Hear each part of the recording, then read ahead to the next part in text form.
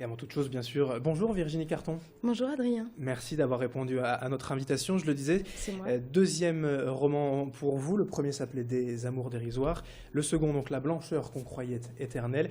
Vous êtes lilloise, nordiste, hein, Oui. et vous publiez donc ce deuxième livre, l'histoire en fait de deux trentenaires. Alors vous le disiez, hein, l'âge n'a pas vraiment d'importance. Ils habitent le même immeuble. Ils sont un peu seuls tous les deux dans leur tête. Ils vont finir, comme ça, par une suite d'événements, par se croiser. En fait, ils sont faits l'un pour l'autre, ils ne le savent pas.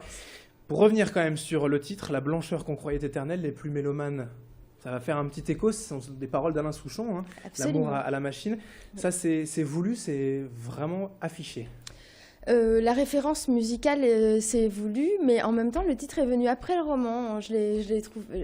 J'ai entendu cette chanson que j'avais pas écoutée depuis un moment, et puis en entendant la blancheur qu'on croyait éternelle, j'ai vraiment eu le sentiment que c'était le titre qu'il fallait pour mon roman. Donc on a demandé l'autorisation à Alain Souchon et il a accepté. Il y a beaucoup de références en fait Oui. à la musique.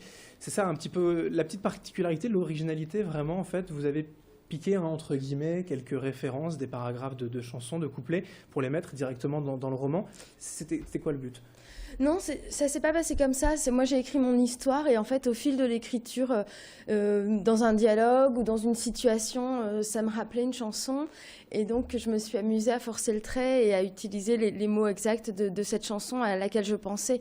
Mais c'était pas, au départ, je me suis pas dit, je vais écrire à partir des chansons. Mais ce qui est rigolo, du coup, c'est qu'à la fin du livre, on retrouve en fait la discographie utilisée, la bande originale du livre. Ça, c'était ce que j'avais déjà fait pour mon premier roman. C'est un peu ma marque de fabrique, on va dire.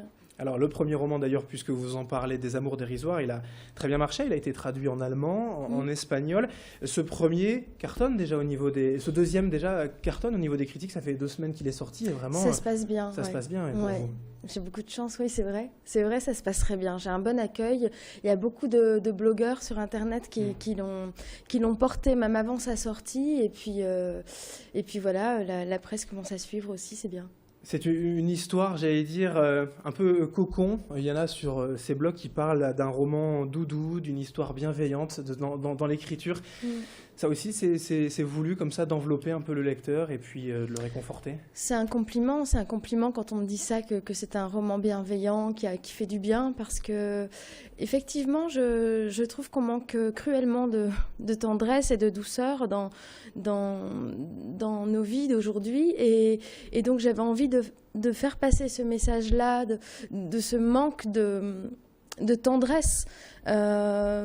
Et donc comment l'exprimer? Donc c'est par ces deux solitudes qui se croisent et qui se cherchent, mais oui, c'est un compliment. Je pouvais pas faire un roman brutal pour parler de la tendresse qui nous manque, vous voyez? Une référence aussi par rapport à cette tendresse, cette bienveillance, c'est la 4e de couverture quand on lit tout simplement.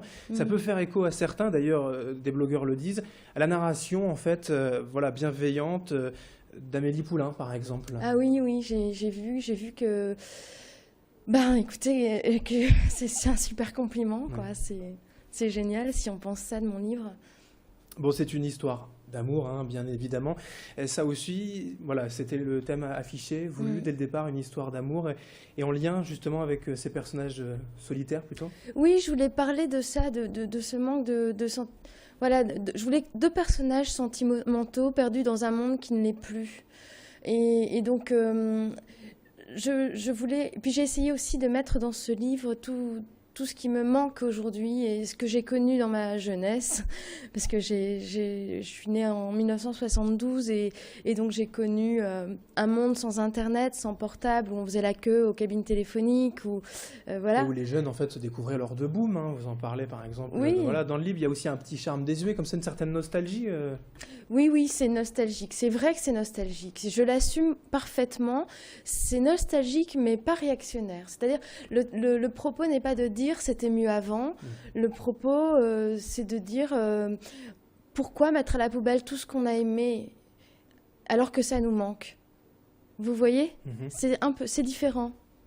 On peut vivre avec ce qui était bien et ajouter ce que l'on découvre, hein. Enfin, les nouvelles technologies doivent...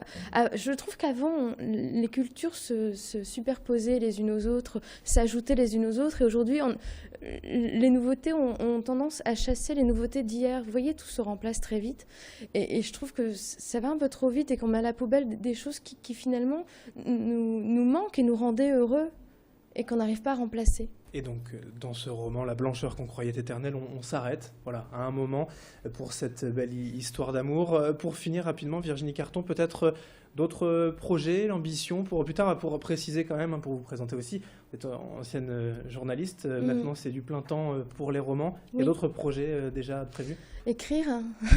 Écrire toujours, et puis c'est vrai que j'ai 3 enfants, donc il faut aussi trouver le temps pour écrire avec 3 enfants. Et donc c'est occuper. principalement l'écriture qui m'accapare. Eh bien, merci en tout cas. La blancheur Merci qu'on à croyait vous. éternelle, c'est publié chez Stock, donc votre second roman. Merci Virginie Carton d'avoir été avec nous Merci ce à matin vous. pour en parler. Merci.